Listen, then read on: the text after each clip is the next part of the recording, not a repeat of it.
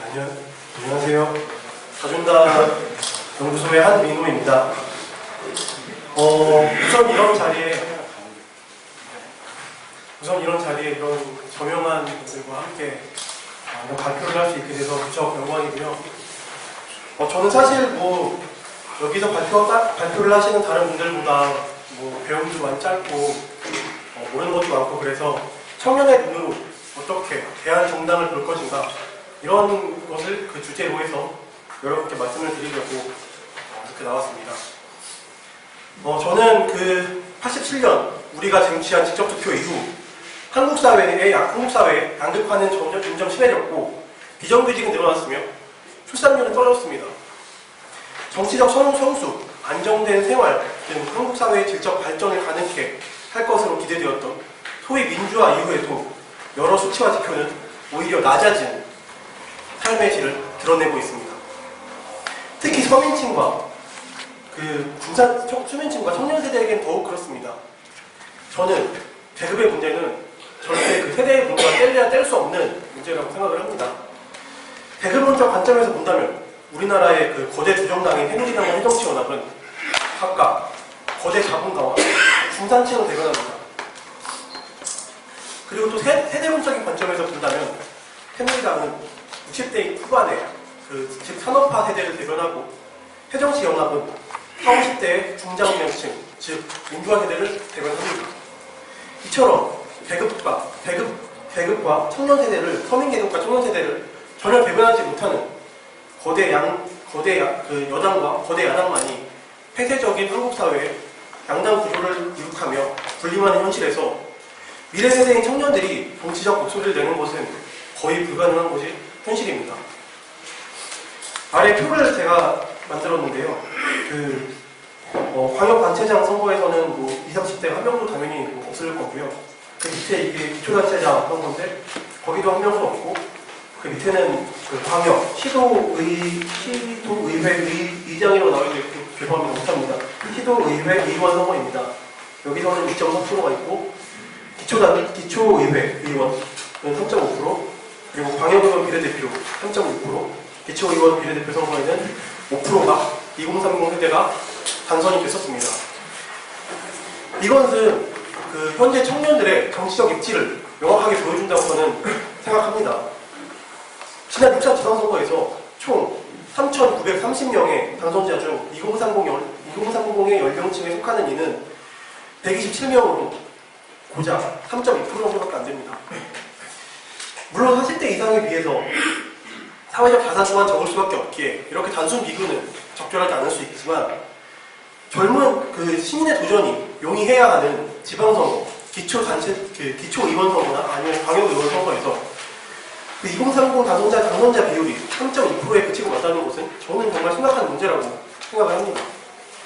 2010년 통계청의 인구주택 총조사에서 2030 연령층은 전 세대의 30%를 차지했습니다. 근데 당선자는 불과 3.2% 되지 않는다는 현실이 지금의 2030 세대가 한국 사회에서 어떤 위치에 놓여 있는지 단적으로 알겠습니다.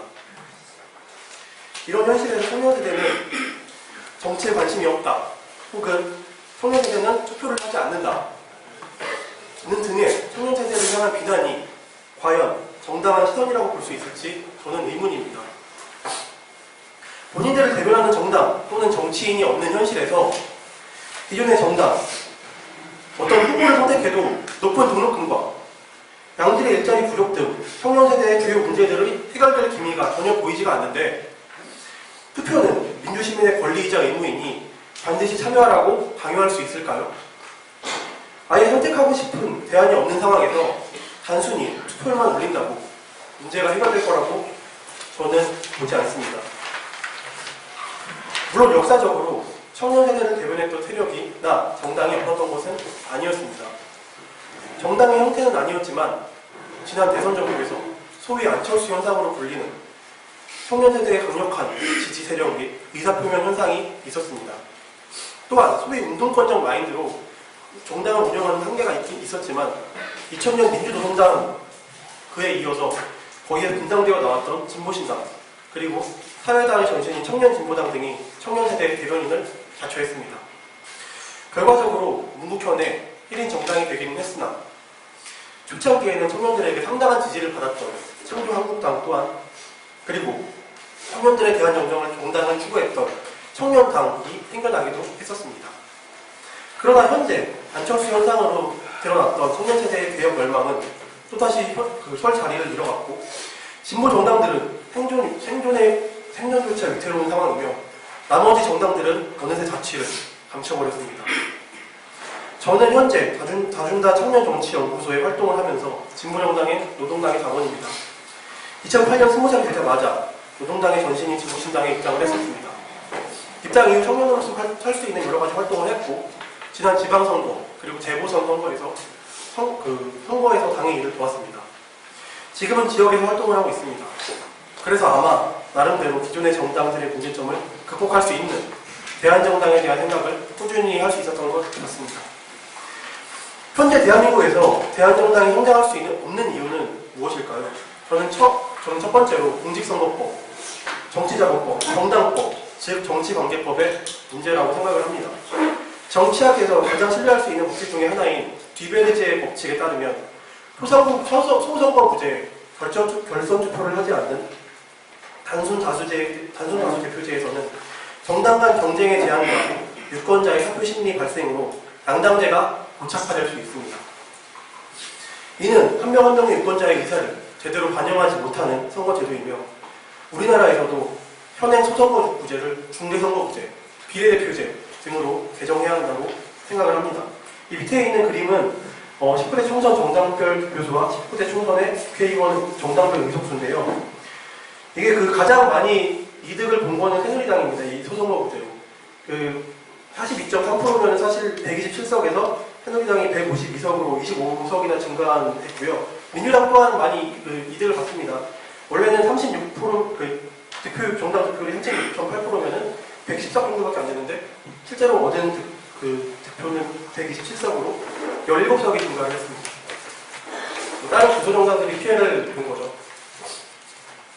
또한 공직선거법상 우리나라의 선거운동은 단 14일입니다. 하지만 투표 당일에는 선거운동을 할 수 없기 때문에 사실상 13일로 봐야 합니다. 겨우 13일 동안 이 후보자는 적게는 수만 명, 많게는 수백만 명에 이르는 유권자를 하나하나 만나 자신의 정책과 소신을 설명해야 합니다. 유권자 입장에서는 어떻습니까? 저번 6차 지방선거 때 경상남도 사천시를 기준으로 본다면 그쪽에 있는 유권자가 알아야 하는 후보들은 경남도지사 후보 3명, 사천시장 후보 2명, 경남도의회 후보 3명, 사천시의회 의원 후보 5명, 광역비례대표 5명, 기초의원 비례대표 4명, 경남교육관 후보 3명으로 총 25명의 후보였습니다. 14일 동안 하루에 2명 꼴로 만나야 했는데 그게 현실적으로 가능할까요? 여론조사를 보면 후보자를 직접 만난 유권자의 비율이 10%가 안 됩니다. 또한 우리나라처럼 정당의 선임 요건이 까다로운 나라도 없습니다. 정치활동의 자유를 상당 부분 억제하려는 막강한 선거관리위원회 자체가 있는 나라도 별로 없습니다. 이러한 구조에서 유권자들은 후보자의 개개인의 역량을 그것이 아닌 평소에 익숙한 정당의 위주로 선택할 수밖에 없고 후보자 역시 후보자들의 역량을 본다고 해도 출신 지역, 학교 등 같은 정보에 의존하게 됩니다. 신생 정치인, 신생 정당이 살아남기 굉장히 어려운 구조인 것입니다. 대한 정당이 성장할 수 없는 두 번째 이유로는 그동안 산업화 세대와 세나파 세대 정당과 민주화 세대 정당을 비판하며 나왔던 대한 정당들의 역량 문제를 들 수 있습니다. 2000년 민주노동당에서 출발한 진보정당은 패권주의와 중복주의 논란으로 2008년 폐기계열의 진보신당에 분당을 했고 그 후 통합진보당 사태들 등 이런저런 내용을 겪었습니다. 지금은 정의당, 노동당, 녹색당 등 4개의 정당으로 갈라져 있습니다. 안철수 현상 또한 대한 정치 세력의 에너지를 정치 혁신이나 정당 개혁으로 사용하지 못했고 민주당과 합당 후 기초의원 공천 폐지나 지방선거, 재보선의 공천 문제 등으로 소진시켜버렸습니다. 여타 정당들 또한 한두 명의 국회의원을 낸 경우는 있어도 그것이 한국사회의 대한정당으로 자리잡지는 못했습니다. 내부적 요인이든 내부적 요인이든 결과적으로 87년 체제 이후 현재까지 한국사회에서의 대한정당들은 모두 실패했습니다. 그럼에도 불구하고 투표하지 않는 50%의 유권자들을 위해서라도 저는 대한정당에 관한 논의가 계속해서 이루어져야 한다고 생각합니다. 혁신에 대한 노력 없이 얼마든지 2등을 할 수 있는 한국 사회에서 어떤 형태로든 대한정당은 꼭 필요합니다. 한국 사회에서 대한정당을 만들기 위해 가장 중요한 부분은 어떤 직장을 대변할 것인가, 그리고 기존 정당들과는 어떻게 다른 미래 세대의 이슈, 아젠다를 명확히 설정할 것인가입니다. 민주노동당은 한국 사회에서 최초로 노동자를 이야기했고, 안철수는 청년 세대에게 먼저 다가갔습니다. 그런 점에서 저희 다준다 청년정치연구소를 주목해 주시기 바랍니다. 다준다 연구소는 청년세대를 대변하는 조직 아니라 대한민국 최초로 청년들이 직접 만들고 운영하는 연구소이니 청년 그 자체라고 봐도 무방할 것입니다. 기존 정당들 사이에선 거의 이슈가 되지 않았던 한국 대학 교육의